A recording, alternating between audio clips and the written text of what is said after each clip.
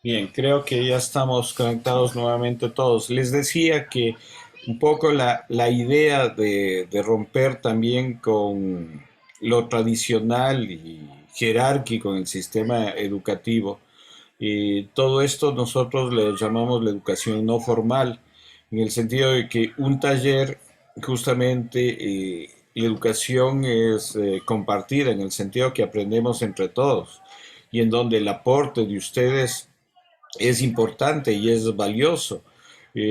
Ustedes, por ejemplo, no saben todo lo que yo también aprendo en el taller, porque ustedes aportan iniciativas, los mismos escritos que mandan, ¿no? Son aportes importantes. Como les había comentado, también vamos a hacer una selección de los mejores escritos de las tareas que yo les mando para un blog de la Cinemateca. Y es importante también que haya resultados. O sea, uno muchas veces se ha mal acostumbrado o nos han mal acostumbrado en los talleres, en los cursos que muchas veces se dan en el país y en algunos en el exterior, de que sí, le enseñan determinadas cosas y ahí se quedan, le dan un cartoncito y ya, hasta ahí queda este proceso de enseñanza, aprendizaje. Pero la idea es que uno nunca para de aprender en el sentido y en este caso también de transmitir conocimientos. Y esto tiene que ser también justamente como algo recíproco. Lo ideal sería que eso, que ustedes en un futuro puedan hacer estos talleres, puedan hacer estos cineclub, irse capacitando, irse preparando. Por ejemplo, esto de la revista también virtual, ¿no? El mismo hecho de las tareas, o sea, es un ejercicio en donde yo veo que ustedes también han ido afinando ya la forma hasta de redactar, de comprender las películas, y creo que todo eso ha sido importante. Claro que también ha sido exigente este taller, ¿no? Porque son 27 semanas. Nos queda todavía 11 citas más para concluir este taller, pero creo que hasta aquí, que estamos a la mitad, o un poco más de la mitad, ha sido muy productivo porque está dando resultados y ya vemos estas iniciativas que han partido de aquí mismo del taller, ¿no? De hacer esto y otras iniciativas también que ustedes tengan. ¿No? Alguien en este grupo había planteado que, por ejemplo, ¿por qué no la cinemateca en cada uno de los núcleos provinciales de la Casa de la Cultura? Y estábamos viendo que operativamente no se podría hacer porque es muy costoso, por ejemplo, mantener una bóveda fría y todo este sistema de preservación, catalogación que hay que hacer, ¿no? Pero algo que sí podemos hacer y que sí sería importante es tener la consulta pública en cada uno de los núcleos. ¿Qué es esto de la consulta pública? Es tener computadoras que no serían muy costosas, monitores, y que estén conectados a un servidor central en donde la gente que quiera ver películas o un grupo que quiera ver películas del cine ecuatoriano entra a esto de la consulta pública, escoge la película y la puede revisar. Entonces, esto sí se puede hacer y lo vamos a tratar de implementar en cada uno de los núcleos provinciales de la Casa de la Cultura, ¿no? Y justamente se llama consulta pública porque no tendría ningún costo y serviría tanto para estudiantes, investigadores, gente cinéfilos que les gusta, ¿no? Y acceder a esto. Entonces, estas iniciativas sí las vamos a desarrollar, ¿no? En cada uno de los núcleos provinciales, ¿no? Inclusive ahí sí de pronto con auspicio de empresa privada que pueden ellos dar los monitores o las computadoras, ¿no? Pero sí vamos a implementar y desarrollar estas iniciativas.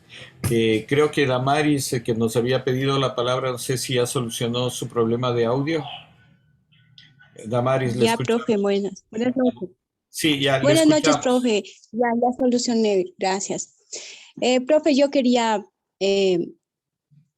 pues dar una opinión. Verá, yo tengo una hija que tiene 13 años y le mandaron a hacer un mito y buscar las leyendas. Entonces, estábamos buscando en internet mitos ecuatorianos y la verdad es que hay muy pocos. Y me gustaría que entre los compañeros, usted y yo, pues hagamos por lo menos un mito de nuestra ciudad. Cada uno, o sea, como un monólogo, o sea, como un sketch, o sea, con los familiares, para que también, o sea, aprendan los chicos que en este cine también aprendimos a hacer algo más, o sea, no solamente la crítica, no solamente ver los personajes, sino también hacer personajes e interpretar esta memoria que está perdiendo mucho. Entonces mi hija me decía, mami, no hay mucho cine aquí en el Ecuador. ¿Y por qué? ¿Será que no somos buenos actores o será que no hay presupuesto o las autoridades no apoyan o la gente no le gusta el cine ecuatoriano? Le digo, todas esas son válidas, pero si uno quiere hacer, puede hacer lo que sea. Entonces yo quería proponerles, pues, que hagamos un sketch de algún mito, una leyenda de nuestras ciudades y las presentemos pues para nosotros ahorita y usted califica si está bien para la Cinemateca o no. ¿Le parecería, profe? Sí, todas las iniciativas están abiertas. Ahora, yo sí le diría una cosa que creo que es importante también hacer cualquier producción que uno pretenda hacerlo bien, o sea, hacer una cosa de calidad. O sea, es el único requisito que yo diría para que lo podamos hacer, porque creo que es importante justamente cuidar muchos aspectos técnicos que hemos visto. El, el prejuicio que hay del público ecuatoriano que va al cine con respecto a nuestras producciones es eso, que califican que tienen algunos problemas de audio, que no hay buenas actuaciones. Entonces, yo creo que sí se puede hacer esto, pero eso, cuidando los aspectos de calidad para que sea una buena producción. De ahí no tendría ningún problema en que podamos eso, hacer una historia aquí en el grupo y una leyenda, ¿no? Entonces, igual, sería de proponer de pronto qué leyenda creen ustedes que sea más factible de hacerla y comenzar a trabajar como tiene que ser desde el guión, o sea, hacer un buen guión, hacer una buena estructura y realizarla, ¿no? No habría ningún problema. Bien, ¿alguien más tiene alguna pregunta, algún comentario que quisieran hacer con respecto a esto? No.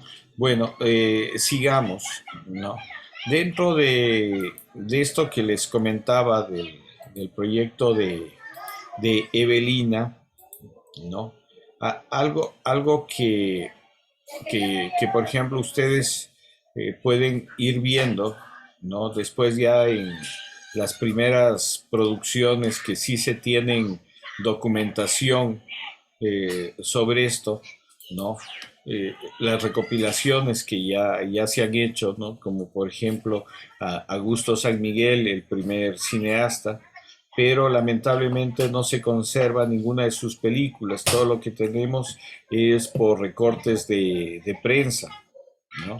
Pero sí hay algunas otras producciones ya desde el 25 que sí tenemos, ¿no? Como esta que era el noticiero Álvarez, era filmado en 9 milímetros, ¿no? Y este fondo, por ejemplo, sí se lo conserva en la Cinemateca. Si ustedes dan clic ahí, aparece este fondo que sí se conserva, se mantiene acá en la Cinemateca Nacional y que ustedes lo pueden ver en el archivo. Entonces, perdón, como ven, está toda la documentación. Esta era la cámara con la que se filmó esas producciones de Álvarez en 1922, ¿no? Y ustedes pueden apreciar en fotografías de la época cómo era nuestro país en ese momento, ¿no? de este noticiero, lo que se tiene, yo ya les había enseñado, creo, algo, eso de primer vuelo de avión, las corridas de toros, ¿no? Las personas que están ahí.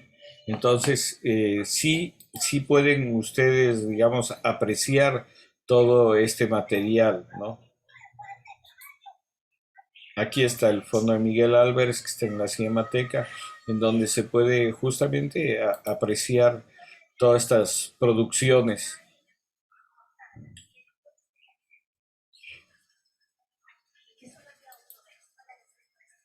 Y algo importante con todo esto que se puede hacer y que también sería como parte del trabajo, ¿no? Es que ahora es factible, como alguien decía, en las redes sociales, en el internet, entrar a todos estos archivos, ¿no?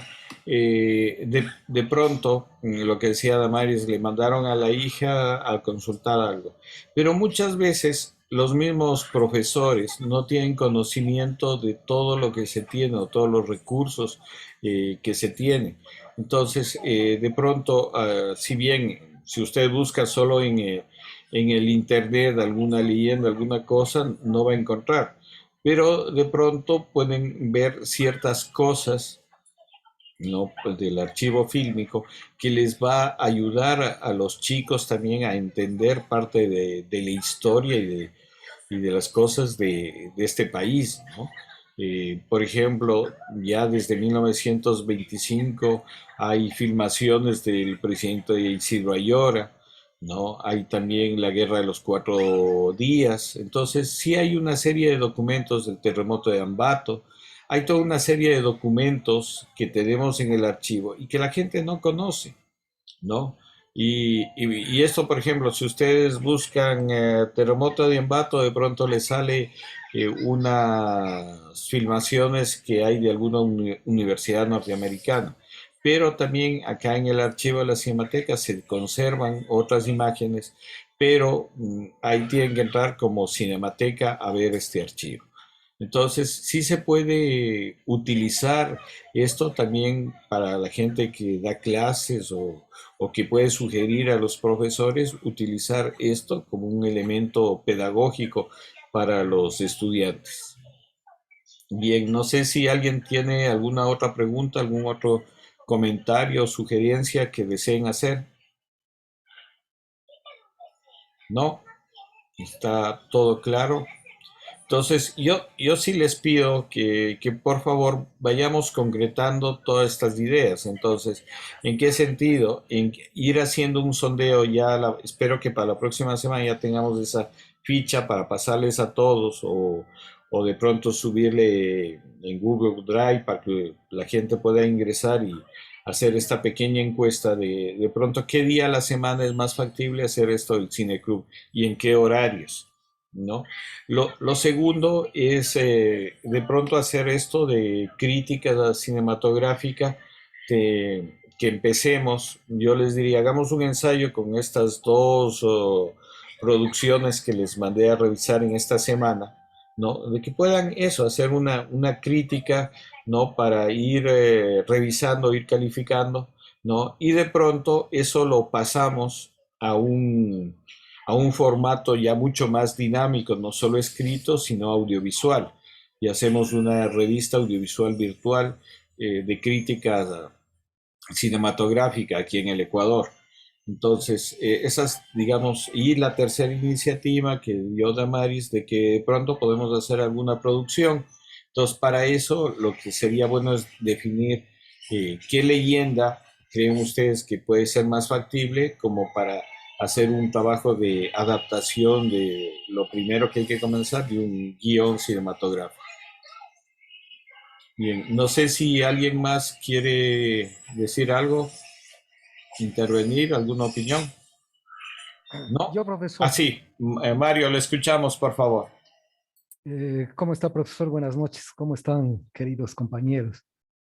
Mire, yo soy de acá, de Píllaro, entonces, de aquí de la provincia de Tungurahua, año tras año, se viene desarrollando la Diablada Pillareña, que es patrimonio de la humanidad, patrimonio cultural. Y entonces hay aquí una cierta persona que a través del tiempo ha ido grabando en videos, en Betamax, en los cassettes grandes que existían. Y entonces, y yo le digo, ¿y quién paga? O sea, él quiere vender eso, quiere vender. ¿Y quién da el dinero entonces para alimentar a la Cinemateca en este caso? Esa es mi pregunta, profesor. Ya, verá, ahí lo que habría que hacer es contactarnos primero con este señor para saber en cuánto quiere vender. Le digo, la Cinemateca no tiene fondos, pero lo que sí se ha hecho a través del Consejo Nacional de Cine cuando había es que se consigue recursos a través del Ministerio de Cultura para que ellos lleguen a un arreglo, a un entendimiento con esta persona, ¿no? Tengo entendido que el Fondo de Tramontana a los herederos les pagaron algo el Ministerio de Cultura. Entonces, lo importante ahí es que no se pierda ese archivo, ¿no? Y que eso determinen, o sea, no, nosotros no, como Cinemateca, lo que intervenimos es en ver el valor, digamos, audiovisual de ese material, que esté en buen estado. Pero ya la parte, digamos, económica, financiera, los arreglos tendrían que solucionar directamente con el Ministerio de Cultura. No sé si con esto queda aclarada la inquietud, Mario. Sí, pero se podría hacer a través de presentando un proyecto, por ejemplo, al municipio.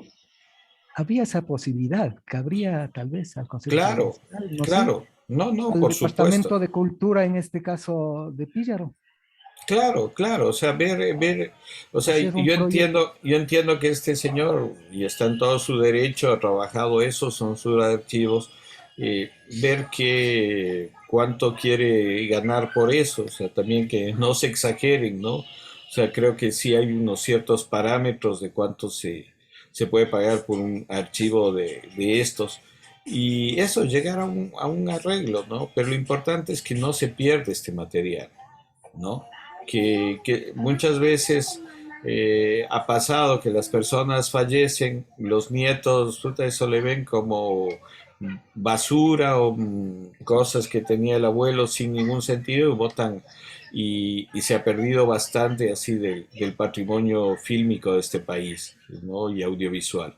Entonces, sería bueno, Mario, que si usted tiene el contacto de este señor, inclusive nos pueda pasar o si quiere pasarlo por interno, por el grupo de WhatsApp, para contactar con esta persona y ver cómo se puede llegar a un arreglo que este material lo deje en archivo en la Cinemateca Nacional, para que sea patrimonio ya de todos y que la gente pueda apreciar también.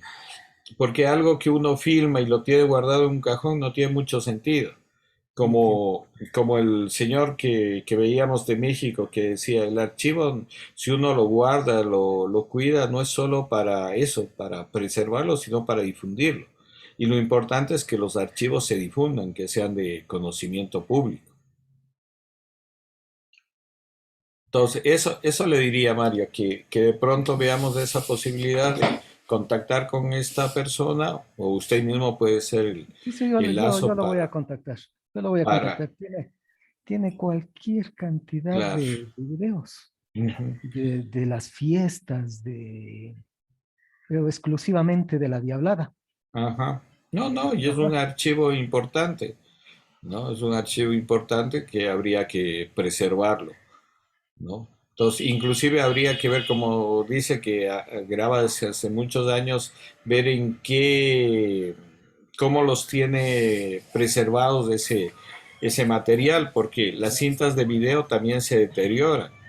Entonces, más o menos una cinta de video tiene una vida útil de 15 a 20 años. Entonces hay que también hacer una restauración digital de las cintas de video, porque se van deteriorando. Entonces todo eso habría que contactar con esta persona y ver la posibilidad también de rescatar ese material y ver en qué estado están. Claro, muchas gracias. Yo le contacto al señor. Ahora Ya, tengo una pregunta media desenchufada. claro, no, digamos. En la entrevista eh, que tú lo realizaste a Ulises, eh, ¿cómo así no utilizaste música nacional? Porque, por ejemplo, en la película esta que nos mandaste a ver, Cautiva de la Selva, Sí. se oye espectacular el Guayaquil de mis amores. Interpretado me parece que es por Trecia Saavedra, y luego lo interpreta también los violines de Lima. Y se oye, pero se oye maravilloso, ¿no? Que está llegando esa chica de la Argentina, llega ya a Guayaquil y entonces se oye esa canción y, pucha, pero es estupendo, ¿no? Escuchar este Guayaquil de mis amores. Esa era la pregunta, ¿cómo así? Parece que estás utilizando la guitarra bueno, no recuerdo, un gran guitarrista que es de fondo, ¿no? Como Costina lo utilizas al hacer esa entrevista. Esa es mi pregunta. Sí, a ver, es que en las producciones no ecuatorianas no necesariamente todo tiene que ser sonorizado con música nacional. O sea, yo creo que la música nacional, eso, depende en qué momento y en qué instancias se las utiliza. Tiene que haber una unidad entre imagen y el sonido.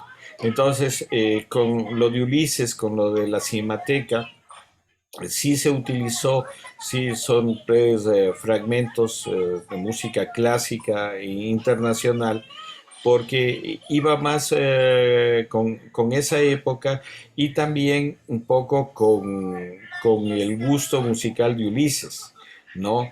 Yo muchas veces cuando hago estas entrevistas, algo que yo tengo formación de sonidista, que les pregunto es qué música escuchaban o cuáles son los gustos musicales de las personas, ¿no? Entonces, yo más bien sí uno la situación de los personajes con los gustos musicales de los personajes y me ha dado buen resultado porque no se siente que hay una desarmonía entre la imagen y el sonido. Te doy otro ejemplo que igual está subido al YouTube. Yo le hice igual una entrevista a Efraín Jaridrobo, el poeta cuencano, y él era muy amante de la música concreta, ¿no? De esta música matemática que se la conoce. Y utilicé justamente en su documental esta música. Entonces, yo más bien trabajo en ese sentido, con los gustos musicales de los protagonistas a los cuales entrevisto, ¿no? Y no de pronto digo, aquí un toro barroso o la vasija de barro, porque yo sí creo que sí tiene que haber una unidad entre lo que uno está presentando y la música o el sonido, lo que se está sonorizando. En la película esta, Cautiva en la Selva, tengo entendido que parte de los productores para hacer esta producción fueron justamente los hermanos Zafadi de J. D. Feró Guzmán o el señor de J. D. Feró Guzmán. Era el coproductor de la parte ecuatoriana con los argentinos. Entonces, por eso es que ellos pudieron utilizar estos temas y esta música, ¿no? Que eran grabados en esos estudios. No sé si con esto, Mario, contesto tu pregunta. Sí, sí, pero sí, perfectamente, porque la película debe encajar con las escenas. Ujú. Y eso es lo que está muy bien. Andrés Segovia era el guitarrista en Sí, en sí, la sí, entrevista, un famoso guitarrista. Y sí. se oye muy bien, ajá. Eso nomás, pues. Muchas Bien. gracias. No, gracias a ti. ¿Alguien más tiene alguna pregunta, algún comentario? Si no, compañeros, eso que no solo que cumplan con las tareas, sino tratemos de ya concretar también las iniciativas del taller para que tengamos resultados, para que esta experiencia, todo este viaje de conocimiento que hemos tenido y que vamos a continuar por 11 semanas más, lleguemos a tener productos que nos permitan seguir en este trabajo a las personas que nos interesa y que amamos el cine. Nada más agradecerles y nos estamos viendo la próxima semana. Una buena noche con todos. Hasta luego, Buenas profe. noches, profe. Hasta luego. Muchas Gracias. gracias, compañeros. Gracias. Muchas gracias, maestro. Estamos conversando.